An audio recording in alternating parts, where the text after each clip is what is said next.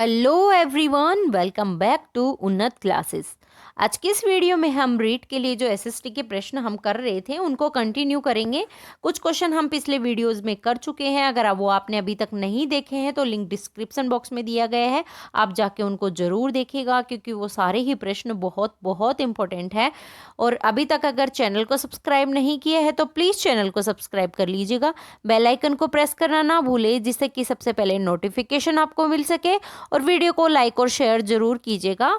तो देखिए स्टार्ट करते हैं। हम सभी क्वेश्चन जो एमसीक्यू हम ले रहे हैं वो डिटेल्स के साथ में है। 82 क्वेश्चन हम कर चुके हैं उन वीडियोस में। आज का प्रश्न हमारा 83 नंबर का है। स्टार्ट करते हैं। किस देश के संविधान से भारत ने मूल अधिकार लिए हैं? तो देखिए किस देश के संविधान से लिए हैं, तो मूल अधिकार देखिए अमेरिका के संविधान से भारत ने लिए हैं।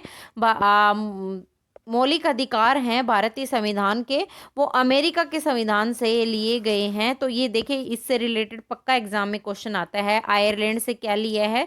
तो आयरलैंड से हमारे नीति निर्देशक तत्व हैं वो आयरलैंड से लिए हैं। मौलिक अधिकार अमेरिका से लिए हैं। तो ये सभी आपको याद रखनी है। नेक्स्ट क्वेश्चन है हमारा, किस शासक ने दिल्ली में कुतुब मीनार का निर्माण करवाया था? तो देखिए दिल्ली में कुतुब मीनार का निर्माण करने वाले कौन थे? वो थे कुतुबुद्दीन ऐबक, जिन्होंने दिल्ली में कुतुब मीनार का निर्माण करवाया था। कुतुबुद्दीन ऐबक के द्वारा करवाया गया था दिल्ली में कुतुब मीनार का निर्माण। अब देखिए ये काफ़ी बार एग्जाम में पूछा जाने वाला क्वेश्चन है कि कुतुब मीनार का निर्माण कुतुबुद्दीन ऐबक ने शुरू किया था, परंतु कुतुबुद्दीन ऐबक उन्हें समाप्त नहीं कर पाया, पूर्ण नहीं कर पाया था। इसे पूर्ण करने का श्रेय किसको जाता है? इल्तुतमिश को जाता है। इल्तुतमिश ने कुतुब मीनार का जो निर्माण कुतुबुद्दीन ऐबक ने स्टार्ट किया था उसको पूरा किया था इल्तुतमिश ने। तो ये भी आपको ध्यान रखना है। नेक्स्ट क्वेश्चन है हमारा, नर्मदा बचाओ आंदोलन किसके संरक्षण के लिए था? तो देखिए नर्मदा बचाओ आंदोलन नर्मदा नदी के संरक्षण के लिए ही चलाया गया एक आंदोलन था, जिसमें क्या था कि नर्मदा नदी पर बांध निर्माण के कारण विस्थापन और पर्यावरणीय प्रभावों के खिलाफ ये आंदोलन शुरू किया गया था। नर्मदा बचाओ आंदोलन नर्मदा नदी के निर्माण के लिए। नेक्स्ट क्वेश्चन है हमारा, किस भारतीय शासक ने सत्यमेव जयते को अपनी मुहर पर अंकित किया? तो देखिए ये बहुत इंपॉर्टेंट क्वेश्चन है। सत्यमेव जयते को अपनी मुहर पर अंकित करने वाले जो भारतीय शासक थे वे कौन थे? वे थे अशोक, जिन्होंने सत्यमेव जयते को अपनी मुहर पर अंकित करवाया था। सत्यमेव जयते सम्राट अशोक की धर्म चक्र अवधारणा से लिया गया है। यह भारत के राष्ट्रीय प्रतीक का भी हिस्सा है, सत्यमेव जयते। अगला प्रश्न है हमारा, राजस्थान का कौन सा जिला काले हिरण के लिए प्रसिद्ध है? तो देखिए राजस्थान का जो बाड़मेर जिला है वो काले हिरण के लिए प्रसिद्ध है, आपको याद रखना है। बाड़मेर जिला काले हिरण के लिए प्रसिद्ध है, जो थार रेगिस्तान के वन्य जीवों में शामिल है।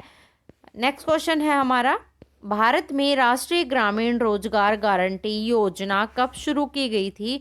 तो देखिए ये जो शुरू की गई थी राष्ट्रीय ग्रामीण रोजगार गारंटी योजना, तो ये स्टार्ट की गई थी 2005 में। आपको ये याद रखना है, 2005 में स्टार्ट की गई थी, और जिसे अब किस नाम से जानते हैं? पहले राष्ट्रीय ग्रामीण रोजगार गारंटी योजना थी, अब इसे महात्मा गांधी राष्ट्रीय ग्रामीण रोजगार गारंटी योजना यानी मनरेगा के नाम से इसे जाना जाता है। कब स्टार्ट हुई थी? 2005 में स्टार्ट हुई थी। नेक्स्ट क्वेश्चन है हमारा, राजस्थान में थार रेगिस्तान का दूसरा नाम क्या है? तो देखिए थार के रेगिस्तान का दूसरा नाम हम मरुस्थल भी कह सकते हैं। थार के रेगिस्तान को मरुस्थल के नाम से जानते हैं, जिसका विस्तार अगर देखें कहाँ, भारत और पाकिस्तान दोनों ही देशों में थार के रेगिस्तान का विस्तार है। नेक्स्ट क्वेश्चन है, किस मुगल सम्राट ने दीन ए इलाही धर्म की स्थापना की थी? तो देखिए दीन ए इलाही धर्म की स्थापना करने वाले कौन? अकबर थे, जिन्होंने दीन ए इलाही धर्म की स्थापना की थी। कब की थी? तो 1582 ईस्वी में दीन ए इलाही धर्म की स्थापना अकबर के द्वारा की गई थी। और दीन ए इलाही था क्या? तो इसका उद्देश्य था कि विभिन्न धर्मों को आपस में मिलाना। ये अकबर का उद्देश्य था, दीन ए इलाही जिन्होंने स्टार्ट किया था 1582 में ये स्टार्ट किया गया था। नेक्स्ट क्वेश्चन है हमारा, भारत में रथ यात्रा किस राज्य में प्रसिद्ध है? तो देखिए रथ यात्रा किस राज्य में प्रसिद्ध है? रथ यात्रा उड़ीसा की प्रसिद्ध रथ यात्रा उड़ीसा राज्य की, उड़ीसा में भी पुरी की जो जगन्नाथ यात्रा है ना, भगवान जगन्नाथ की रथ यात्रा निकलती है, वो विश्व भर में प्रसिद्ध है, भगवान जगन्नाथ की रथ यात्रा। अब देखिए जगन्नाथ भगवान की रथ यात्रा, जगन्नाथ भगवान किसके देवता माने जाते हैं, वो आप कमेंट बॉक्स में बताएंगे। नेक्स्ट क्वेश्चन है, भारत का पहला कृषि विश्वविद्यालय कहाँ स्थित है? तो देखिए भारत का जो पहला कृषि विश्वविद्यालय स्थित है ना, वो कहाँ? उत्तराखंड राज्य में स्थित है। भारत का पहला कृषि विश्वविद्यालय उत्तराखंड में स्थित है। उसका नाम क्या है? नाम है गोविंद वल्लभ पंत कृषि एवं प्रौद्योगिकी विश्वविद्यालय, उत्तराखंड के पंतनगर में स्थित है। अब ये भी आपको याद रखना है, उत्तराखंड के किस राज्य जिले में? तो पंतनगर में ये स्थित है। नाम क्या है? गोविंद वल्लभ पंत कृषि एवं प्रौद्योगिकी विश्वविद्यालय। नेक्स्ट क्वेश्चन है, जलियांवाला बाग हत्याकांड किस वर्ष हुआ था? तो देखिए जलियांवाला बाग हत्याकांड हुआ था 1919 ईस्वी में। 13 अप्रैल 1919 को जलियांवाला बाग हत्याकांड हुआ था। कहाँ? अमृतसर में, पंजाब के अमृतसर में। यहाँ पर ब्रिटिश सैनिकों ने निहत्थे लोगों पर गोलियां चलाई थी, जिससे हजारों लोगों की जान गई थी। और गोलियां चलाने वाले जो अंग्रेज थे वे कौन थे? जनरल डायर, जिन्होंने निहत्थे लोगों पर गोलियां बरसाई थी। नेक्स्ट क्वेश्चन है हमारा, भारत का कौन सा बंदरगाह प्राकृतिक बंदरगाह के रूप में नहीं जाना जाता है? तो देखिए प्राकृतिक बंदरगाह मुंबई सबसे बड़ा प्राकृतिक बंदरगाह है, चेन्नई भी है, विशाखापट्टनम भी है, कोचीन भी है। तो ये सभी बंदरगाह प्राकृतिक बंदरगाह है, परंतु कोलकाता जो बंदरगाह है ना, वो प्राकृतिक बंदरगाह की श्रेणी में नहीं आता है। तो इसका राइट आंसर अगर हम देखें तो ऑप्शन नंबर बी होगा। नेक्स्ट क्वेश्चन है, कौन सा शहर गुलाबी नगरी के नाम से जाना जाता है? तो देखिए गुलाबी नगरी के नाम से आप सभी को पता है, जयपुर शहर को गुलाबी नगरी कहा जाता है, क्योंकि जो अधिकांश यहाँ की बिल्डिंगें इमारतें हैं वो गुलाबी रंग में रंगी हुई है, इसीलिए गुलाबी नगरी इसे कहा जाता है। नेक्स्ट क्वेश्चन है हमारा, भारत में हरित क्रांति के जनक कौन माने जाते हैं? तो देखिए हरित क्रांति के जनक जो माने जाते हैं ना भारत में, वे हैं MS स्वामीनाथन जो हैं, वो भारत में हरित क्रांति के जनक माने जाते हैं, MS स्वामीनाथन, जिन्होंने कृषि उत्पादन में वृद्धि के लिए इन्होंने बहुत ही बड़ा काम किया था। वृद्धि के लिए इनका योगदान रहा है। हरित क्रांति के जनक MS स्वामीनाथन। नेक्स्ट क्वेश्चन हमारा, भारत का राज्य काजीरंगा राष्ट्रीय उद्यान के लिए प्रसिद्ध है? कौन सा राज्य काजीरंगा राष्ट्रीय उद्यान के लिए प्रसिद्ध है? तो काजीरंगा राष्ट्रीय उद्यान कहाँ पर स्थित है?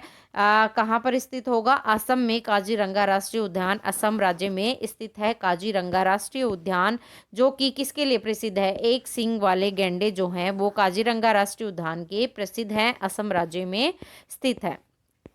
नेक्स्ट क्वेश्चन है, भारत में रेलवे जोन की संख्या कितनी है? तो देखिए भारत में जो कुल रेलवे जोन है ना वो 18 है, कहीं कहीं 19 भी लिखे गए, परंतु 18 रेलवे जोन अभी करंट में 18 रेलवे जोन है भारत में। और इसमें जो नया सबसे न्यू जो रेलवे जोन बना है वो 2019 में बना था। कौन सा? दक्षिण कोस्ट रेलवे बना है, और इसका मुख्यालय कहाँ पर? विशाखापट्टनम में स्थित है। दक्षिण कोस्ट रेलवे 2019 में बना है, सबसे नया रेलवे जोन है। नेक्स्ट क्वेश्चन है हमारा, राज्य पुनर्गठन आयोग का गठन किस वर्ष किया गया था? तो देखिए राज्य पुनर्गठन आयोग का गठन अगर पूछे तो कौन से वर्ष? 1956 में ये पूर्ण रूप से पारित हुआ था, 1956 में राज्य पुनर्गठन आयोग। वैसे अगर इसको देखें तो देखिए इसकी डिटेल मैं आपको बता देती हूँ। राज्य पुनर्गठन आयोग का जो गठन है ना वो 29 दिसंबर 1953 में स्टार्ट हुआ था, किया गया था। इस आयोग का गठन राज्यों की सीमाओं के पुनर्निर्धारण के लिए किया गया था। इस आयोग के जो अध्यक्ष कौन थे? न्यायमूर्ति फैजल अली थे। परंतु क्या हुआ था 1953 में तो इन्होंने रिपोर्ट दी थी, फिर उस रिपोर्ट बनाई, फिर उसके बाद में 30 दिसंबर 1955 को अपनी रिपोर्ट सौंपी इन्होंने। और इसके जो अन्य सदस्य अध्यक्ष आपने देखा न्यायमूर्ति फैजल अली थे। अन्य सदस्य अगर पूछे, ये तो काफ़ी बार एग्जाम में पूछा गया है कि राज्य पुनर्गठन आयोग के जो अध्यक्ष हैं वो सॉरी अध्यक्ष नहीं, इनके सदस्य कौन कौन थे। तो देखिए हृदयनाथ कुंजरू और के एम पणिंकर इसके अन्य सदस्य थे और अध्यक्ष थे न्यायमूर्ति फैजल अली। देखिए रिपोर्ट कब पेश की गई, तो 30 दिसंबर 1955 को अपनी रिपोर्ट इसने सौंपी थी। उसके बाद में 1956 में पुनर्गठन आयोग, राज्य पुनर्गठन आयोग की सिफारिश पर राज्यों का गठन भाषा के आधार पर किया गया था। तो इसका राइट आंसर हम 1956 ही करेंगे, क्योंकि 1956 में ये पूर्ण रूप से पारित हुआ था। नेक्स्ट क्वेश्चन है, किस स्थान पर गांधी जी ने साबरमती आश्रम की स्थापना की थी। तो देखिए गांधी जी ने साबरमती आश्रम की स्थापना अहमदाबाद के गुजरात अहमदाबाद में की थी। गांधी जी ने साबरमती आश्रम की स्थापना 1917 में अहमदाबाद गुजरात में साबरमती आश्रम की स्थापना गांधी जी के द्वारा की गई थी 1917 में।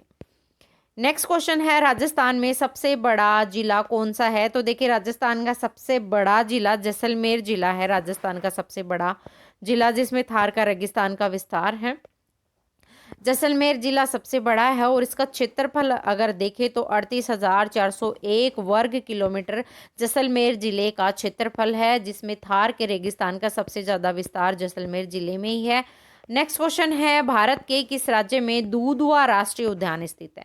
तो देखिए दूधवा राष्ट्रीय उद्यान किस राज्य में है। उत्तर प्रदेश में दूधवा राष्ट्रीय उद्यान स्थित है, उत्तर प्रदेश में। और उत्तर प्रदेश के भी कहाँ पर, लखीमपुर खीरी जिले में स्थित है दूधवा राष्ट्रीय उद्यान, उत्तर प्रदेश के लखीमपुर खीरी जिले में। नेक्स्ट क्वेश्चन है, अल्बर्ट हॉल म्यूजियम कहाँ स्थित है। तो अल्बर्ट हॉल म्यूजियम जयपुर में स्थित है, गुलाबी नगरी में स्थित है। अल्बर्ट हॉल कहाँ, जयपुर में स्थित है। अल्बर्ट हॉल कहाँ, जयपुर में। और राजस्थान का सबसे पुराना संग्रहालय भी कौन सा है, अल्बर्ट हॉल ही है, जो कि जयपुर में स्थित है। नेक्स्ट क्वेश्चन है, राजस्थान में सबसे अधिक फसल किस मौसम में उगाई जाती है। तो सबसे अधिक फसल किस मौसम में, खरीफ की जो फसल होती है ना वो सबसे अधिक उगाई जाती है राजस्थान में। खरीफ की फसल खरीफ मौसम में सबसे ज़्यादा उगाई जाती है, जैसे कि बाजरा, मूंग, मक्का, ज्वार, ये सभी फसलें उगाई जाती है। तो ये देखिए, एक तो ये कंफर्म हो गया कि खरीफ की फसल कौन कौन सी होगी, बाजरा, मूंग, मक्का, ज्वार, ये सब खरीफ की फसलें हैं और सबसे ज़्यादा राजस्थान में खरीफ की ही फसल उगाई जाती है। नेक्स्ट क्वेश्चन है, सामान्य संपत्ति संसाधन का उदाहरण क्या है। तो देखिए सामान्य संपत्ति संसाधन का उदाहरण वन है। इसका उदाहरण क्या होगा, वन होंगे सामान्य संपत्ति संसाधन के उदाहरण, जिसका उपयोग समुदाय के सभी लोग कर सकते हैं, जैसे कि वन, नदी, चारागाह। सामान्य संपत्ति संसाधन क्या होते हैं, जिनका उपयोग समुदाय के सभी लोग कर सकते हैं, जैसे कि वन सभी के लिए होता है, सभी लोग इसका उपयोग कर सकते हैं। नदी होती है, चारागाह होता है, तो ये सभी इसके अंतर्गत आते हैं। तो देखिए ये हमारे आज के महत्वपूर्ण एसएसटी के लिए, रीट लेवल 2 के लिए ये स्पेशली है। अगर लेकिन आप सेकंड ग्रेड की भी तैयारी कर रहे हैं या फिर फर्स्ट ग्रेड की भी तैयारी कर रहे हैं तो भी ये वीडियो आपके लिए बहुत इंपॉर्टेंट है। सेकंड ग्रेड के लिए, फर्स्ट ग्रेड के लिए, तो आप वीडियो को ध्यान से देखिएगा। चैनल को अभी तक सब्सक्राइब नहीं किया है तो प्लीज़ चैनल को सब्सक्राइब कर लीजिएगा, बेल आइकन को भी प्रेस कर लीजिएगा, जिससे कि सबसे पहले नोटिफिकेशन आपको मिल सके। और वीडियो को लाइक और शेयर जरूर कीजिएगा। तो फिर मिलते हैं हम नेक्स्ट वीडियो में। जय हिंद, जय भारत।